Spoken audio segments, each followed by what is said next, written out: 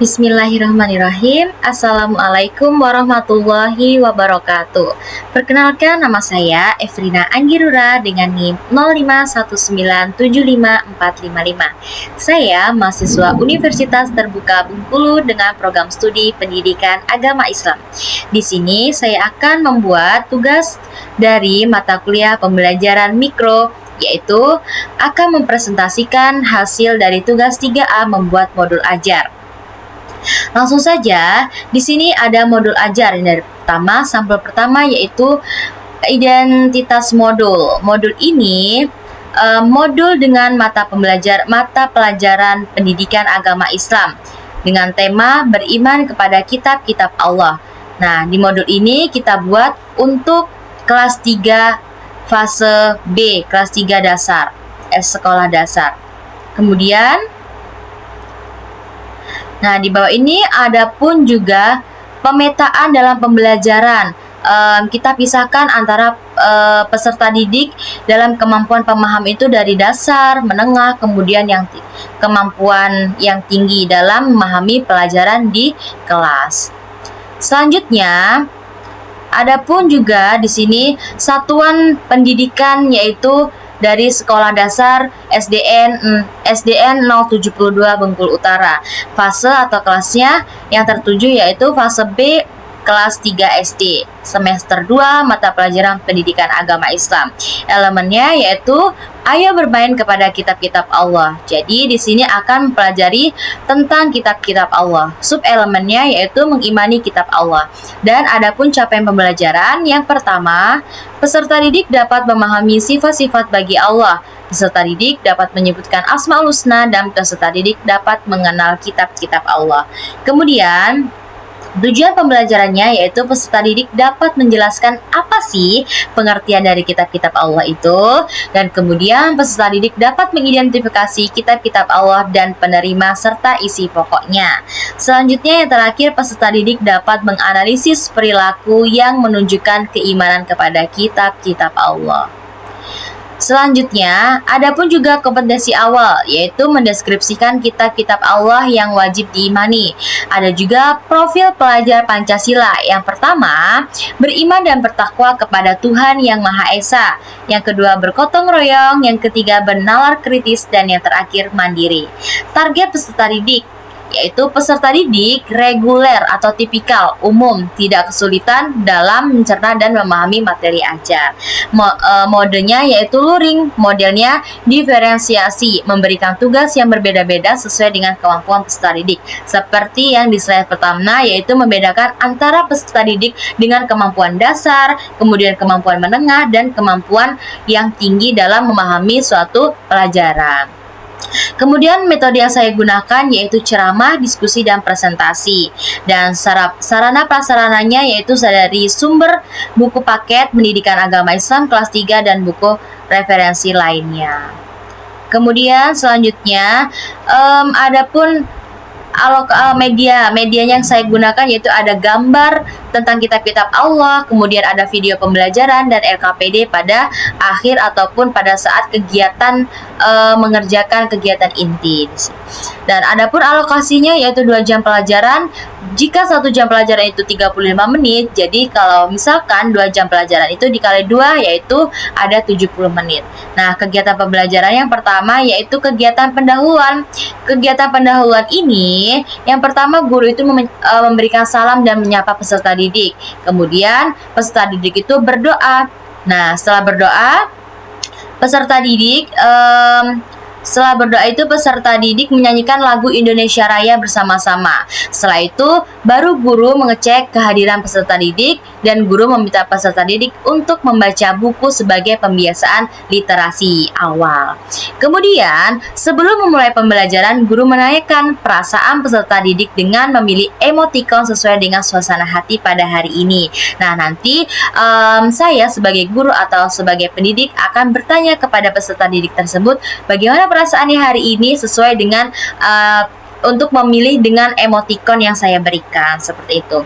Kemudian pun ada apresiasi. Guru mengaitkan materi dengan pengalaman peserta didik sebelumnya dengan mengajukan beberapa pertanyaan. Nah, di sini sesuai dengan kegiatan-kegiatan orientasi, apresiasi, motivasi itu ada waktu alokasinya. Yang pendahuluan pertama orientasi tersebut ada 10 menit, dan yang kedua apresiasi itu ada 2 menit, dan motivasi itu ada 2 menit. Kemudian motivasi, guru menyampaikan tujuan pembelajaran. Dari motivasi tersebut, guru itu seorang guru atau seorang pendidik menyampaikan tujuan pembelajaran pada hari itu juga dalam materi ataupun dalam pelajaran di kelas tersebut. Nah, guru itu menyampaikan tujuan pembelajaran yang akan dicapai setelah melakukan kegiatan pembelajaran selama lokasinya itu 2 menit. Kemudian, kegiatan intinya peserta didik itu menonton sajian video. Nah, di sini ada sajian videonya, nanti di sisi paling ada di bawah. Nah, kemudian diferensiasi proses. Peserta didik itu menjawab pertanyaan dari guru, apa yang dimaksud dengan kitab. Kemudian guru memberikan LKPD mandiri sesuai dengan tingkat kemampuan dan pemahaman peserta didik, sesuai dengan kemampuannya masing-masing, dari yang tingkat dasar, menengah, kemudian yang tinggi. Guru juga memberikan dan menjelaskan kembali untuk menambah pengetahuan peserta didik dan meningkatkan pemahaman peserta didik tentang materi yang disampaikan. Nah, supaya berjalannya pembelajaran proses belajar mengajar tidak terlalu hening ataupun tidak terlalu kaku, maka di situ guru akan memberikan ice breaking. Seperti itu. Kemudian guru juga mengajak anak-anak untuk melakukan ice breaking atau bernyanyi untuk mengembalikan suasana hati sehingga siap untuk melaksanakan pembelajaran dengan penuh semangat dan bahagia. Kemudian guru memantau dan membimbing setiap kelompok diskusi dalam mengerjakan tugas. Nah, setelah ice breaking, guru pun lanjut untuk memberikan tugas masing-masing pada peserta didik dan memantau juga membimbing. Nah, sikap dan keterampilan peserta didik dinilai guru melalui pengamatan. Nah, yang terakhir kita kembali ice breaking supaya peserta didik itu tidak terlalu sepana. Nah, diferensiasi produk, setiap kelompok mempresentasikan. Nah, di situ juga nanti ada tugas kelompok pada saat guru menyampaikan tugas. Ada tugas mandiri, ada tugas kelompok. Nah, di setiap kelompok itu setelah mereka peserta didik berdiskusi, maka nanti itu setiap kelompoknya memberikan presentasi hasil dari diskusi kelompok tersebut dan menampilkan diskusinya itu di depan kelas. Dan yang terakhir ada penutup. Penutupnya yaitu guru memberikan apresiasi terhadap kinerja peserta didik dengan memberikan pujian ataupun tepuk tangan atau aplaus kepada seluruh peserta didik. Kemudian peserta didik melakukan refleksi dari kegiatan yang baru saja mereka lakukan bersama dengan guru. Kemudian peserta didik diberi kesempatan untuk menyampaikan pertanyaan ataupun kesan terhadap kegiatan yang sudah berlangsung pada hari itu juga. Guru memberikan tugas mandiri untuk diselesaikan di rumah. Jadi sebelum pembelajaran ditutup, guru pun tak lupa juga memberikan tugas mandiri untuk diselesaikan di rumah. Kemudian, guru menyampaikan kegiatan pembelajaran yang akan dilakukan pada pembelajaran berikutnya. Jadi, setelah itu guru juga akan menyampaikan materi apa yang akan dipelajari di minggu depan ataupun di hari berikutnya. Setelah itu, pembiasaan menyanyikan lagu nasional, lagu daerah sebelum pembelajaran diakhiri. Jadi, sebelum pembelajaran diakhiri itu dibiasakan untuk menyanyikan lagu nasional ataupun juga lagu daerah. Nah, misalkan di sini di daerah Bengkulu itu dengan lagu daerahnya dengan judul Ikan Pais. Selanjutnya, adapun juga kegiatan pembelajaran itu diakhiri dengan berdoa. Pastinya dong, setiap ada pembukaan berdoa dan diakhiri pun juga dengan doa. Nah, di sini sudah ditandatangani oleh Kepala Sekolah SDN 072 Bengkulu Utara dengan Ibu Sinta Yulianti dan guru mata pelajaran Evrina Anggi saya sendiri. Nah, di sini ada pun tadi ya medianya ada berupa gambar. Di sini ada lampirannya, gambarnya itu ada kitab-kitab Allah. Kitab-kitab Allah itu apa saja? Ada Taurat, Zabur, Injil dan Al-Qur'an. Nah, di situ selanjutnya, nah kitab-kitab Allah ini, nah ada penerimanya siapa aja kitab Allah. Di sini sudah ada gambarnya dan Selanjutnya yaitu ada juga video pembelajaran yang ditayangkan pada saat awal pembelajaran dimulai tadi. Nah, di sini pun juga ada LKPD, lembar peserta didik, lembar kerja peserta didik, untuk peserta didik itu mengerjakan tugas yang diberikan oleh guru. Nah, di sini ada pun LKPD untuk kelompok, tugas kelompok yang kemampuan mendasar. Tadi kan dibedakan menjadi 3. Yang pertama yang kemampuan mendasar. Di sini itu disesuaikan dengan tugasnya, yaitu untuk mencari kitab-kitab apa aja yang diberikan kepada nabi siapa, seperti itu. Jadi nanti peserta didik itu yang dengan kemampuan mendasar, mereka mencari, misalkan kitab Taurat itu disampaikan diturunkan kepada nabi siapa. Di sini diminta untuk menarik kepada nabi-nabinya yang sesuai dengan kitab yang disampaikan, seperti itu.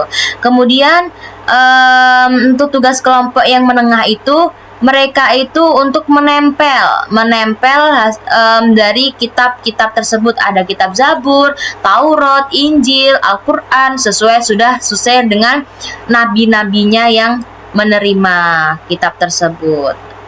Selanjutnya yang LKPD kelompok dalam kemampuan yang tertinggi ini, mereka mengerjakan tugas-tugas isian. Nah, di sini juga ada tugas-tugas isiannya, itu sudah ada langsung jawabannya, tapi mereka memilih jawaban sesuai dengan pertanyaan yang diberikan, seperti itu.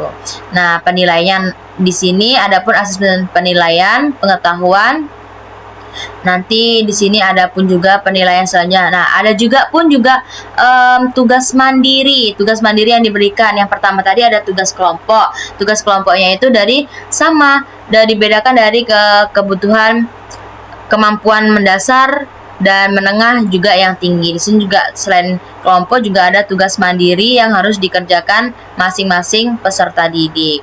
Nah, di sini ada tugas mandirinya dari buku LKS, Pendidikan Agama Islam Kurikulum Merdeka.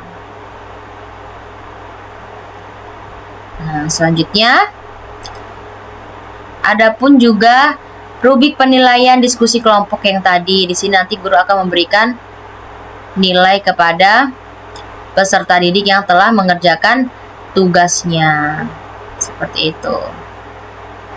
Nah, selanjutnya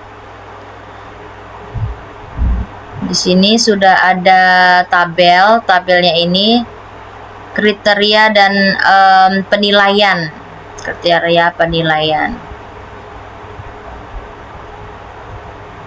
Nah, di sini juga ada pun juga masih dengan kriteria penilaian. Nah, itu. Di sini juga sudah mengetahui Ibu Kepala Sekolah dan sebagai guru mata pelajaran. Nah, mungkin itu saja yang dapat saya presentasikan. Banyak kurangnya saya mohon maaf, kepada Allah saya mohon ampun. Saya akhiri. Wassalamualaikum warahmatullahi wabarakatuh.